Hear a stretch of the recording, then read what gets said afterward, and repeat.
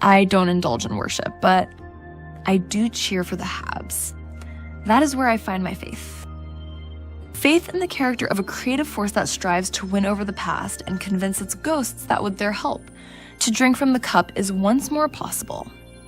So, upon that wish to regain glory, I approach my day with the attitude that winning is possible at every level. I strive to do just that. And often when I achieve success, it is only because I have won it at the most basic step. The one of waking up. At that dark and frigid hour where motivation is vulnerable, there are those who believe that upon this dark, cold point of an early hour, dedication to commitment is the hardest. And I am often one of those people. I frequently wake from dream to find myself teetering there, on the edge of the debate, to close eyes for just a few more minutes or to dig deep within motivation to swing the legs, plant my feet upon the cold floor and stand to face the day. In that critical moment, there is always the great pull to backslide into the grasp of a deep comfort. But I am lucky on the awake.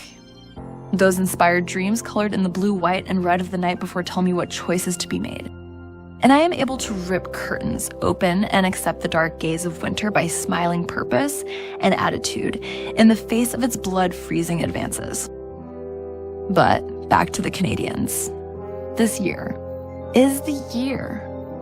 I am ever optimistic despite the abbreviations of falsehoods presented by the pundits. I will not fall back into the sleep of acceptance upon their words. I want more. The merit I give for what is currently being written is met with the same passing glance of abbreviated affection, as is given to the glad handing for the sake of the fans. For within drive and purpose, I know for certain that there is a deeper meaning to our lives. It is gestating in the descriptive of what plays out upon the ice. And this, the plot, to so much more than just hockey, presents itself in a number of acts.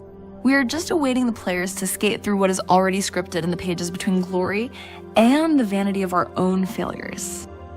Those words are written in blue, blanc, and rouge. And this season they form an allegory yet brought before the light of meaning. There has already been great speculation on what that meaning might be. Some say it is the story of a metamorphosis. Others say it is simply a rebuild. Management themselves have described it as the latter. But I believe there is more to the story, much more.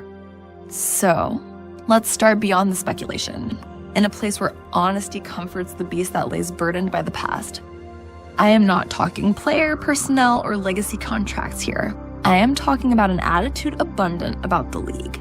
An attitude of defense before offense.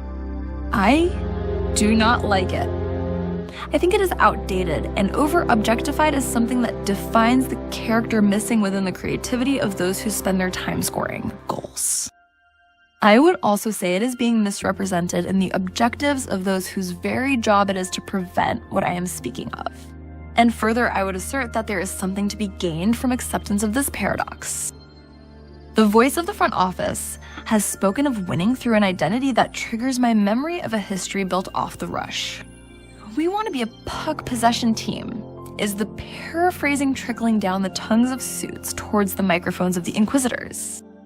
We have yet to see that. Through 10 games, the consensus might be that the team is getting ground down by opposing forechecks and ruthless rushes off bad turnovers. It could be that both problems are a reflection of youth, and not of a team identity, yet to flower with the fruits of its own ideology.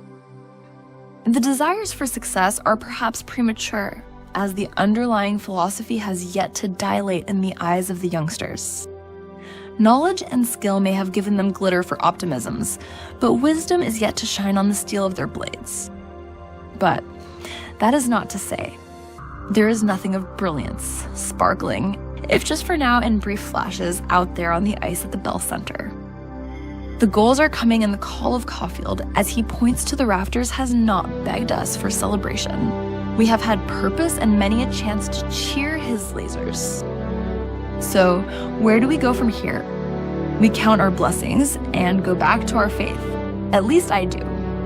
Because the winning is soon upon the arrival. That is, after all, a certainty. For it was written, way back, in the lore and the legend, fruition is but a mere puck drop away.